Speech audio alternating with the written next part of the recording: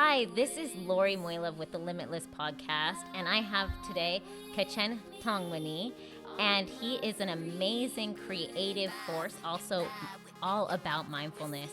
And let me tell you a little bit briefly about Kachain. He's come from a heavy background in production, and also in that, I learned he worked on The Mentalist. How cool is that? You've also produced, you've done shorts, you've worked in theme park for a very, very long time and are very strategic in operations. I want to know, I guess, a little bit more, Kachen, about you. And one of the things that really made me so interested when we first met was that you also, for a while, were a Buddhist monk. Can you go a little bit into that story? How did that happen from entertainment to jumping into being a monk? Sure. Well, thank you for having me, Lori. Really Yeah, thank appreciate you. it. Really excited to be here.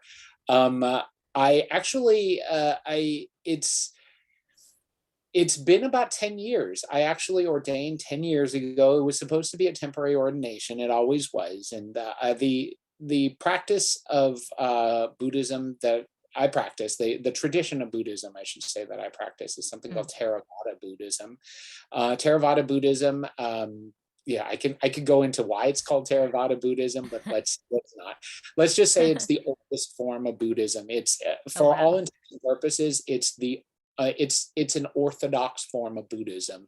Oh, wow. Out of all of the traditions that have spanned the past 2.5 millennia, um, uh, 2,600 years ago, essentially, Theravada Buddhism is actually the oldest tradition that can trace its lineage back to the time of the Buddha. All of the other forms of Buddhism that exist today, Tibetan Buddhism, Chan Buddhism, Zen Buddhism, SGI, Soka Gakkai, I guess it's called, Mm-hmm. Soka Gakkai International. What else am I missing? Those types of Buddhism, Shaolin Buddhism, those are all reformed Buddhism. Mm-hmm. Those are all, I guess they are yeah, they're reformed versions of it. A lot of them are um, ref, like the Protestant Reformation of Buddhism, and Mm-hmm. Theravada Buddhism it's as close to the original as you can get it. Some of the marks of Theravada Buddhism, there is a strong focus on the fact that the Buddha was a man. He was born into royalty, as we all know, in all of the traditions of Buddhism. He was born a prince, or at least the son of a chief of a tribe or a kingdom. And But there is an understanding that the Buddha, and this is something that is kind of accepted across all forms of Buddhism, except for the newer versions like Soka Gakkai or Mm-hmm. SGI. But we understand that the Buddha lived thousands upon thousands of lifetimes Wow. before being born as Siddhartha. Mm-hmm. Notice I pronounced his name Siddhartha, not Mm-hmm. Siddhartha. Siddhartha is actually Sanskrit, and Mm-hmm. that's another big difference between Theravada Buddhism and something like Zen Buddhism, or Pure Land Buddhism, or Tibetan, is that Theravada Buddhism uses the ancient language of Pali, not Mm-hmm. Sanskrit. And Pali is actually within Buddhist scholarly circles, it's often referred to as ancient Magadhan, because the area in which the Buddha taught was known as, in that part of ancient India, known as the Magadhan Empire. Mm-hmm. Very subtle differences between Pali and Sanskrit. For example, the word karma Mm-hmm. is Sanskrit. The Pali word is kamma. Mm-hmm. The Another example is sutra, Mm-hmm. is Sanskrit. Sutta is Pali. Um, the word for discernment or wisdom in Sanskrit is prajna, and the word in Pali is panya. So subtle differences, but enough to know that they're two separate dialects, two separate languages.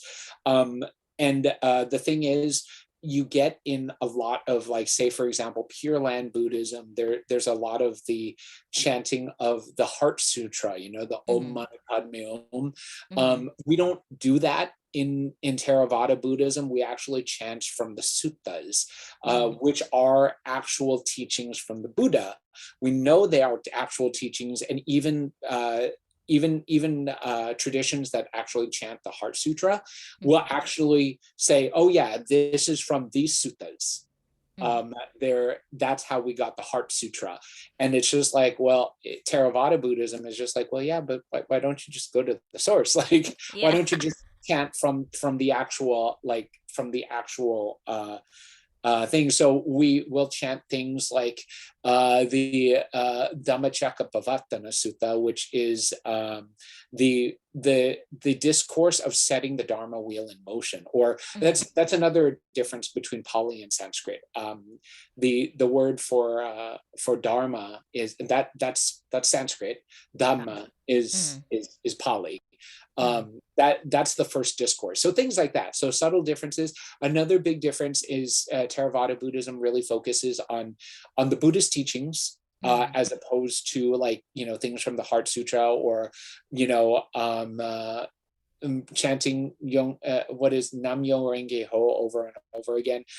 And there is a huge focus on meditation. But the interesting thing, though, that I have received about it is that, like, enlightenment and the spiritual cross-vergence between, like, that and also creativity, because I find creativity is also a very spiritual thing, and some of the greatest ideas come from, like, maybe some sort of streaming consciousness or meditation. And some of the most innovators that we know, like, we have iPhones now because Steve Jobs was really into meditation. There's a lot of amazing, even I'm not sure, I wonder if Walt or other innovators meditate. But I know for myself, I love meditation and mindfulness, and I was wondering maybe if you could share some of these tools and hacks that you might have, like, in correlation to spiritualness and creativity.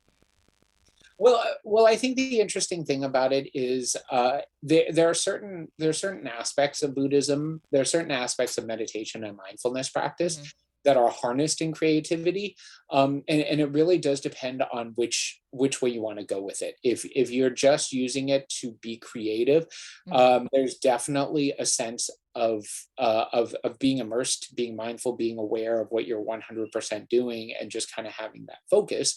In fact, the word for meditation in Pali is the word for concentration is samadhi, and that is also oftentimes the word that's used in Thai to describe a deep state of meditation. And the interesting thing is, in Thai, you actually can use it interchangeably on a spiritual level, but also in a more concentrated, focused level. So I think there is that. But the interesting thing is, creativity and focusing on the creative process is on the path to enlightenment, is the path to awakening. But it's not. It's an off ramp. It's several off ramps away from awakening. In order for you to get to awakening, you have to kind of go all the way through and all the way forward. Not to say that's wrong. And going back to what I was saying about, the reason why it was a temporary ordination is because it's understandable. You don't have to be ordained for the rest of your life, but there are people who actually go in as a tradition and they just want to ordain for a part of their lives, and they just kind of decide afterwards, it's just like, okay, I'm ready to come back to the lay life. But certainly coming back to the lay life for me has actually helped me in my creative path. And a lot of it is when you get to a point where you're regularly meditating and you're regularly practicing mindfulness, you can concentrate a little, you can concentrate more, not only just your daily tasks, but you have the ability to set intentions. Like one of the things that we learn in Buddhism that the Buddha talked about is intention is a huge part of karma. It's dhamma, as he would have said it. But because karma isn't just action. It is, that's what the word means. It means action. But action is also intention. And so what you learn is whenever you are practicing is the intention behind the action is also important. So when you actually focus, when you give your attention to your intention, you can direct it, and you can better hone in on it and just kind of like push away any of the distractions that will come in and like distract you from it, because that's something that you learn in meditation, that whenever you're sitting there in meditation, you tend to have a lot of things, like the grocery list that you have to actually buy, and like, oh my goodness, I have to do the laundry, and oh no, I forgot to, like, after this meeting I forgot to follow up on so and so person, things like that. And it distracts you from your current task, which is during meditation just focusing on the breath.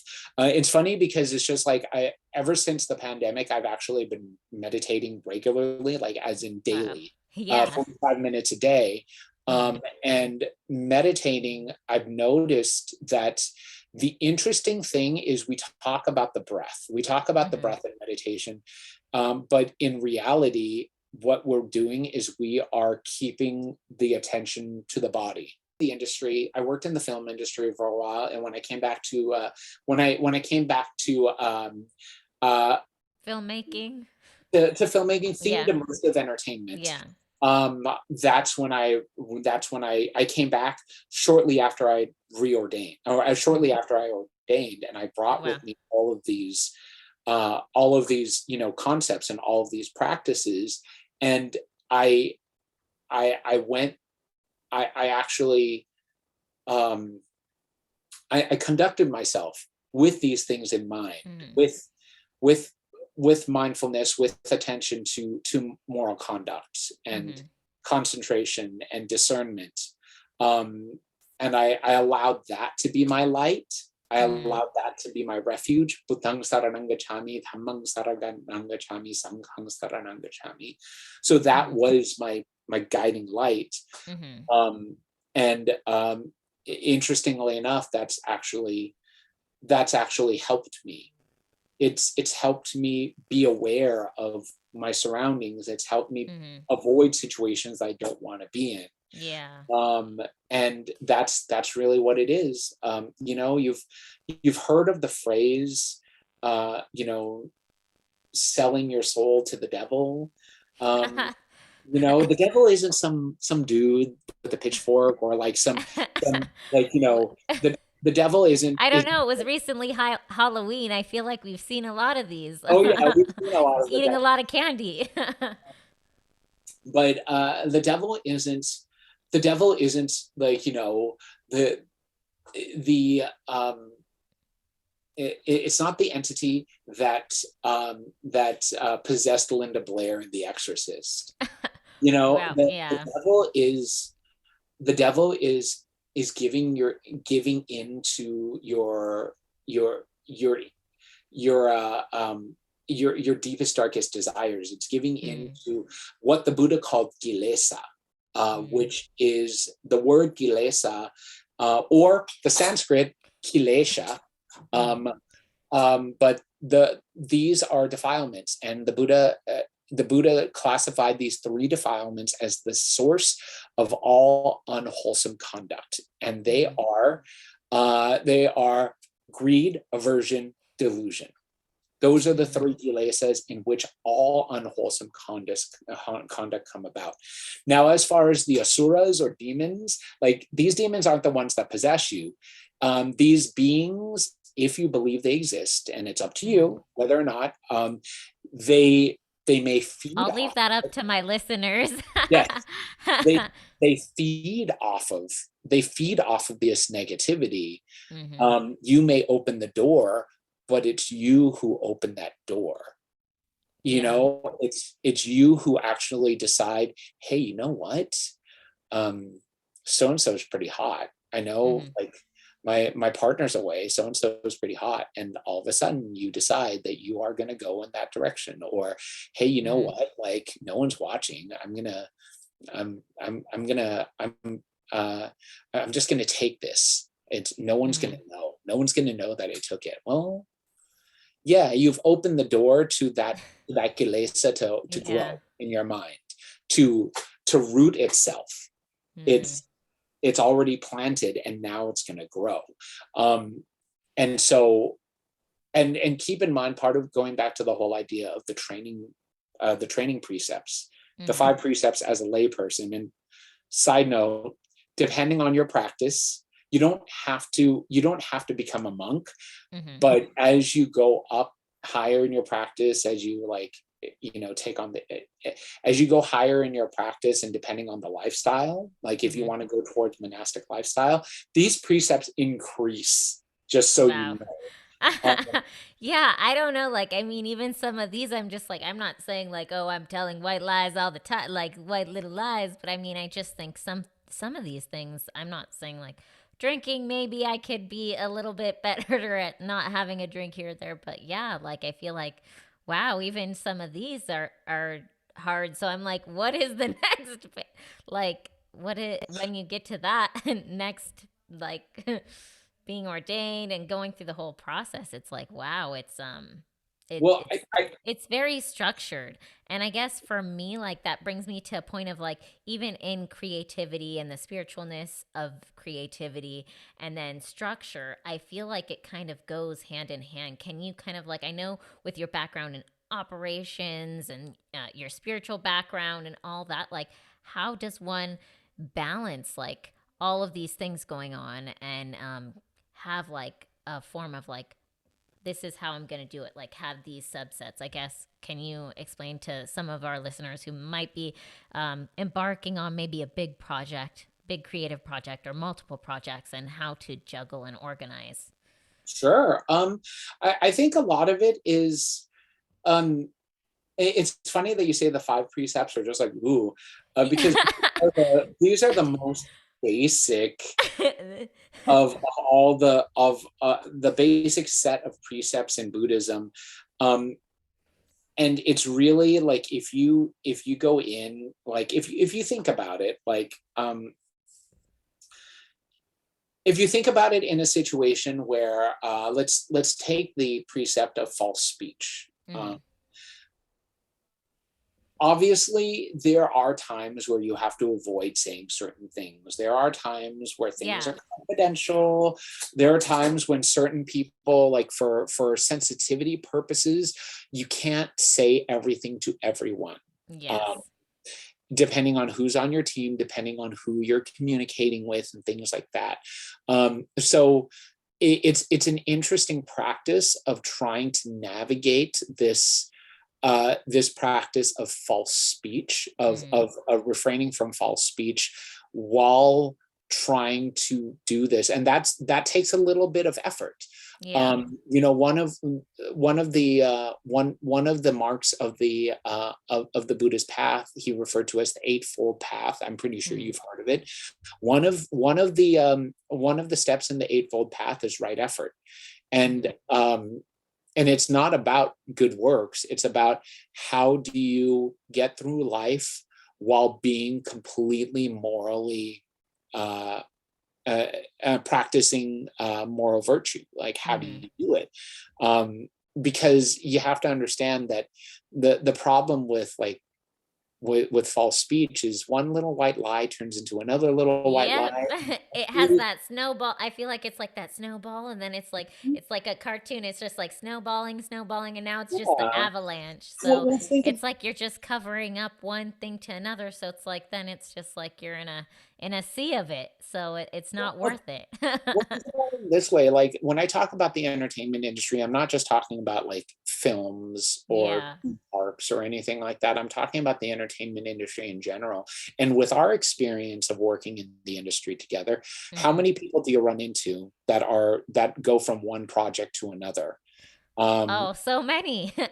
you tend to work with the same people over and Yeah. over again, right? If you how easy is it for your reputation to spread?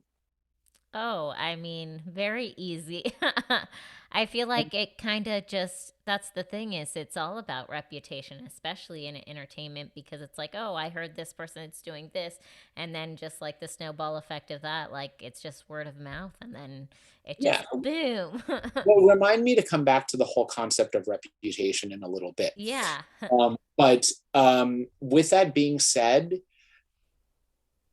when someone is not practicing the precept of refraining from false speech, Hmm.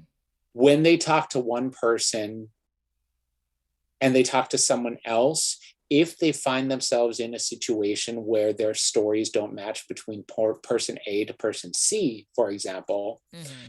what if person C talks to person A, Yeah. and they start talking about you because it's bound to happen. Hmm. What have they learned about you?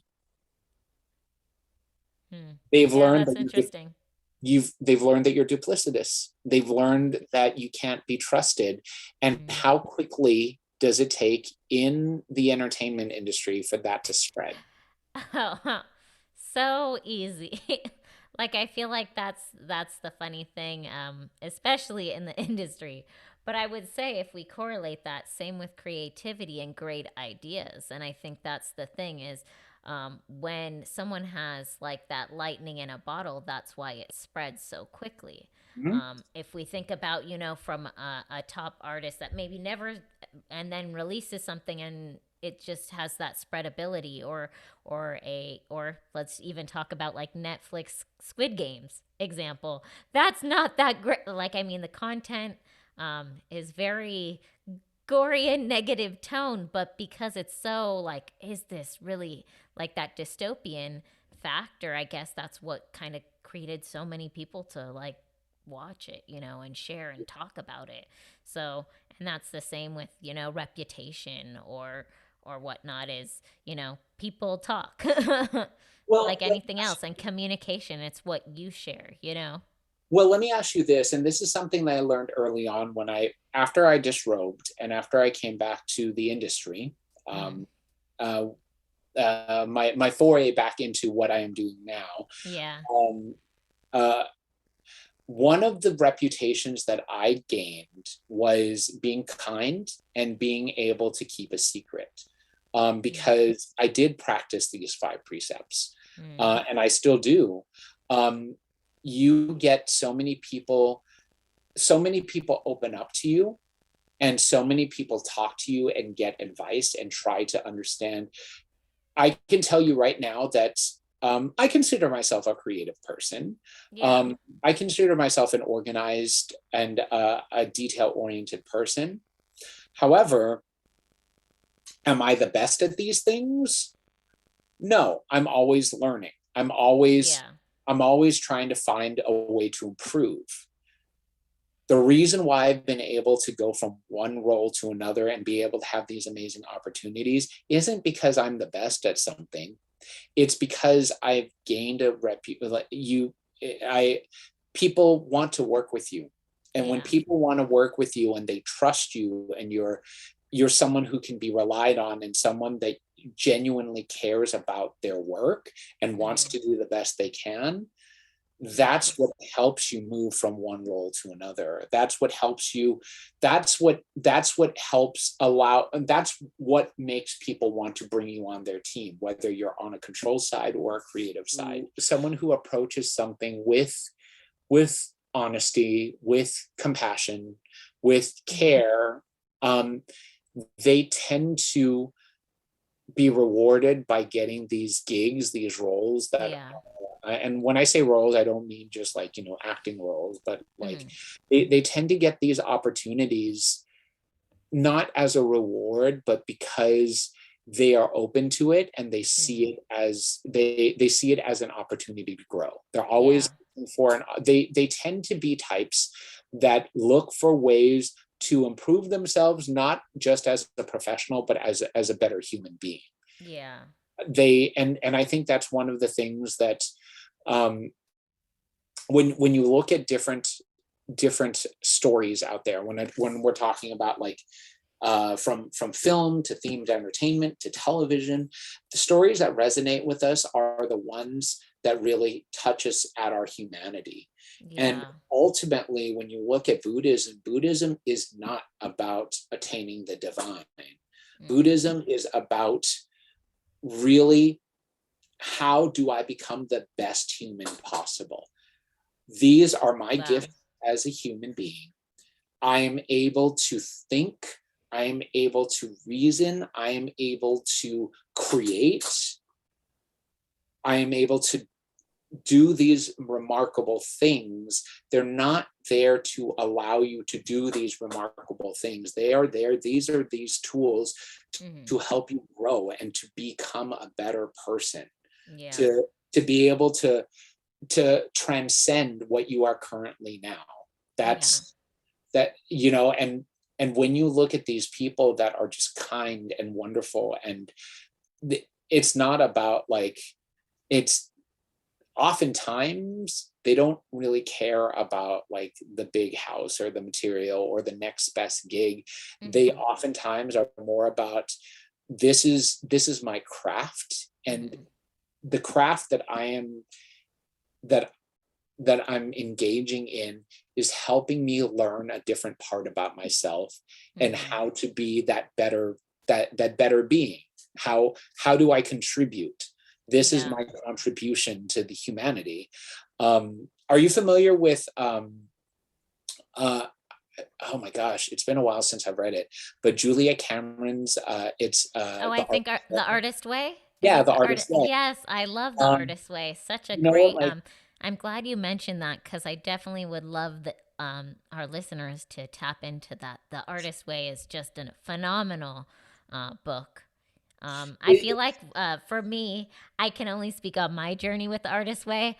I'm one that goes to the book, then comes back, goes to the book and come back, because I really feel it's very much like a workbook, and it's a constant work in process with The Artist Way. So yeah.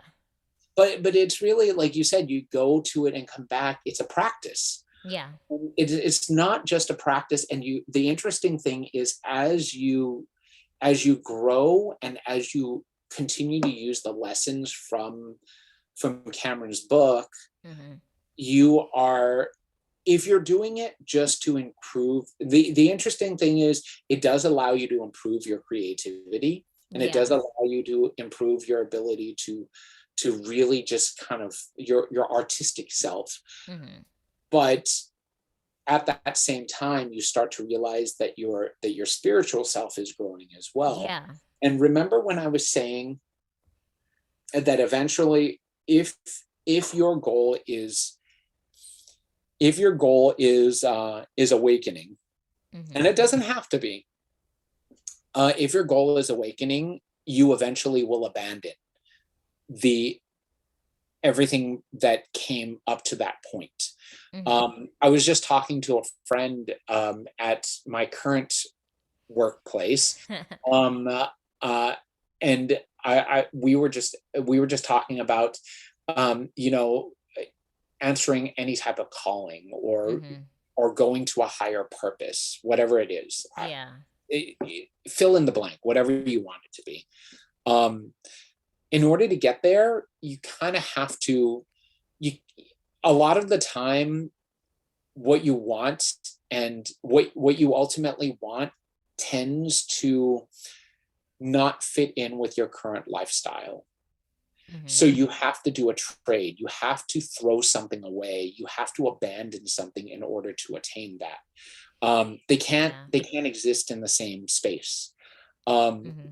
and that's how I saw the artist's way. That it's creativity is not the end goal. It's a means. Yeah.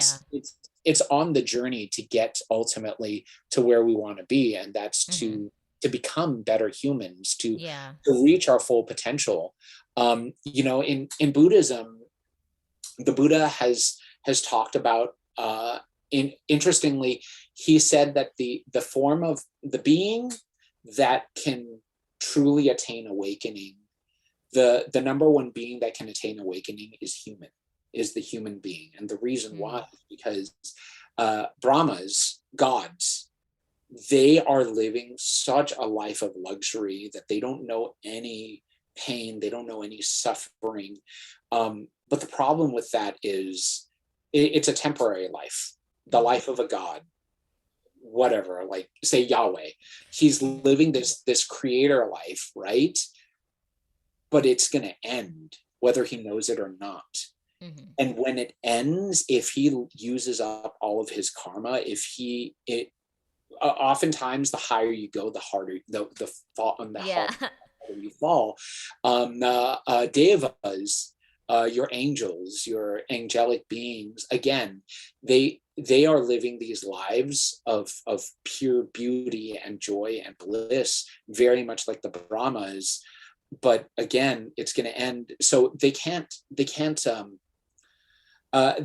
discern suffering. They don't understand the idea of suffering. And of course, the lower beings like animals, asuras, Mm-hmm. demons, or even hungry ghosts, wandering spirits, and things. They're in such lives of misery, and even animals like Fido, like Mm-hmm. he's loyal, he loves, but he doesn't know any more than that. Mm-hmm. So, but Yeah. humans have the ability to be able to experience these high levels of bliss, but also really, really hellish lows. Mm-hmm. And we have the ability to truly understand what it takes for us to break through it all, and Mm-hmm. how to develop ourselves and become better beings, and become Mm-hmm. better and become better uh, entities. You know, Yeah. um, and so that's how I see the artist's way. That it's just like it's an opportunity for us to really see the potential in us, and really kind of go for it. But it's also, like you see it all the time that in the industry you see these very powerful people Mm-hmm. who have very questionable means, and they tend to do things that aren't like, well, it's not nice, like why are you Yeah. doing that kind of thing. But like a lot of it is because they've chosen to abandon the the one thing that they've chosen to abandon are the things that you should never abandon, and it's the practice, it's Yeah. the virtue, it's moral conduct. Mm-hmm. um so it's just, as a human, it's up to you what you choose to abandon or not. But Mm-hmm. if you abandon moral conduct, or you abandon concentration or discernment, you Mm-hmm. ain't gonna go very far. Yeah, right. No, and, it's and not and gonna that take you leads very me to like the gem that I've gotten from you today is really like that attention to intention. That really stuck with me. And I think like especially for our listeners, like I find like it's really about focus, right? And I think I don't I hope I don't say this wrong. Is it Senkura? How do you say focus Senkura? Am I saying wait, how do I Oh, say it? focus or concentration, Yeah, samadhi. samadhi. So it's like it's really about that samadhi and that focus and just like you said, the discernment and being able to see those pieces. So I feel like I'm so thankful to have you here on the Limitless podcast. And I don't know, is there one major tip that you want to give to our fellow creatives that are listening that you? a gift? Yeah, I think one of the biggest things that I can uh, that I would impart is everybody talks about persistence. Everybody talks about never giving up, Mm-hmm. and um, and in the Buddhist circles, we often refer to it as ardency. Mm-hmm. But I would actually say, I would actually say, when it comes to not giving up, don't give up on your ability to do good. Mm-hmm. I Like, love that. people tend to really be like, oh, don't give up on your dream, don't give up on your dream, and things like that. Mm-hmm. It's just like, do whatever it takes to actually attain the dream. It's just like, that dream gonna come and it's gonna go, but what is not gonna go away is your karma, Yeah. your your action, because Mm-hmm. the fruits of your action are going to follow you. They're going to Always. follow Yeah. you in intention, or they're going to follow you in reputation. They're going Mm-hmm. to follow you in the form of good karma or bad karma that comes back. Mm-hmm. They're going to follow you into the next lifetime after death. Like Mm. they create your reality. So don't forget, don't give up on your goodness. Don't give up Yeah. on the ability to be the best human being you can be. That's so beautiful, Kachen. Wow. Like, don't give up on the best and your goodness, right? Wow. That just like touched me, Kachen. Wow. What a way to end the Limitless podcast, and tune in next week for our next amazing guest. Thank you so much, Kachen. My I really pleasure. appreciate you coming on, and wow, I don't know. I feel like I've learned so much, and I know our listeners will just love learning too, all the amazing things that, like, wow, I mean, I'm blown away. I feel like, gosh, we could do like a 3-part series all about this, and spiritualness, creativity, and storytelling. I feel like we just barely etched at the surface. So thank you so much, Kachen. My pleasure. Thank you for having me, Lori. It Yeah. was